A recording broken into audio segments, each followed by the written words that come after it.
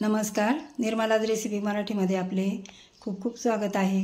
आज आपण गव्हाची खीर करणार आहोत, ते पण लापशीच्या जाड रव्यापासून। अगदी झटपट आणि जास्त वेळ न लावता आपण ही तयार करूया।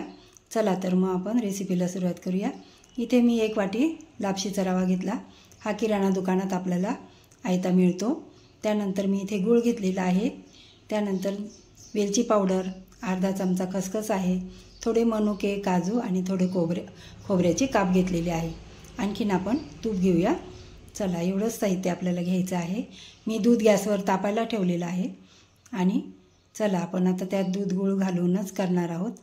तर सर्वात आधी आपल्याला गॅसवर कुकर तापायला ठेवायचं। त्यानंतर थोडं तूप घालून हे जे आपण सुकामेवा घेतलेला आहे, खोबऱ्याचे तुकडे, मनुके, काजू, हे थोडंसं परतून घ्यायचं आणि काढून घ्यायचं। त्यानंतर आपण त्याच कुकरमध्ये ती अर्धा चमचा जी खसखस घेतलेली आहे ती परतून घ्यायची। ती पटकन अशी तडतड भाजायला लागते। तर ताबडतोब आपण तो लापशीचा जो जाडा रवा असतो, गव्हाचा असतो, तो टाकून आपण छान असं परतून घ्यायचा। हा रवा अगदी 5 ते 7 मिनटं आपल्याला परतून घ्यायचा, त्याचा रंग बदलेपर्यंत। त्याचा असा लाया फुटल्यासारखा पांढरा रंग तयार होतो, म्हणजे छान भाजून फुलतो तो। अशा पद्धतीने आपल्याला भाजायचा। हे पहा, मी इथे अगदी 5-7 मिनटातच हा रवा छान भाजून घेतला। त्यानंतर आपल्याला त्यात पाणी घालायचं आहे। मी ज्या वाटेने तो रवा घेतला त्याच वाटेने 4 वाट्या मी यात पाणी घालणार आहे। पाणी आपण साधं असं घ्यायचं, गरम वगैरे नाही घेतलं तरी चालेल, कारण आपल्याला हे कुकरमध्ये करायचं आहे। त्यानंतर थोडंसं आपण गोड पदार्थात जे मीठ टाकतो थोडं तसं मीठ घालून घ्यायचं। मी ते खोबऱ्याचे तुकडे थोडे काढून घेतले त्यातून आणि हे आपण त्या भरड्याबरोबरच शिजवून घेऊया खिरीमध्ये। आता आपण झाकण लावून 4 शिट्ट्या घेणार आहोत। 4 शिट्ट्या घेतल्या, वरण भात शिजवतो आपण त्या पद्धतीने। तरी बघा, इथे भाताला जसं आपण शिट्ट्या घेतो त्या पद्धतीने घेतलेल्या आहे। तर मी इथे शिजवून घेतलेलं आहे, बघा छान अगदी फुलून आला। आता यात आपल्याला गरम पाणी घालून आणखीन थोडा वेळ शिजवून घ्यायचं। त्यात मी इथे उकळलेलं पाणी घातलं छान असं।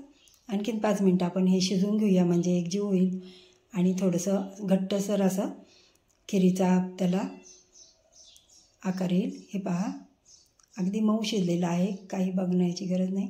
आता आपण त्यात गुळ घालूया। हा गूळ मी 1 वाटी रव्यासाठी 1 वाटी गूळ घेतलेला आहे, सुरीने चिरून घेतला होता। आपण अजून थोडासा पण जास्त वापरला तरी 1 वाटीपेक्षा तरी चालेल। खीर ही गोड चांगली लागते। हे पहा, इथे हे छान असं गूळ विरघळून झालेलं आहे। त्यानंतर वेलची पावडर घालूया आणि हा गुळाचा पदार्थ असल्यामुळे मी थोडंसं जायफळ किसून घालणार आहे। इथे थोडासा जायफळाचा तुकडा किसणीवर किसून घेते, अगदी थोडं घालायचा चवीपुरता। पुन्हा एकदा हलवून घ्यायचं। मी ते मनुके जे तळून घेतले होते ते टाकले। हे पहा, छान आता आपली इथे खीर घट्ट झालेली आहे। आपण आता त्यात दूध घालणार होतो, तर थोडा वेळ आपण खीर थंड झाल्यानंतर दूध घालायचं। उकळत्या खिरीमध्ये दूध नाही घालायचं, आपण थोडा वेळ थंड होऊ द्यायचं, 1 5-7 मिनटं। त्यानंतर आपण दूध घालूया। हे दूध पण मी बाजूला तापवून घेतलेलं आहे। तर मी तुम्हाला साहित्य दाखवताना एक वस्तू दाखवायची विसरले, कोणती ते मला कमेंटमध्ये सांगा। इथे आपली छान अशी खीर तयार झालेली आहे। तुम्ही नक्की करून पहा नागपंचमीला आणि कशी झाली ते मला कमेंटद्वारे कळवा। तुम्हाला माझा हा व्हिडिओ आवडला असेल तर लाईक, शेअर, सबस्क्राईब करा। भेटू आपण।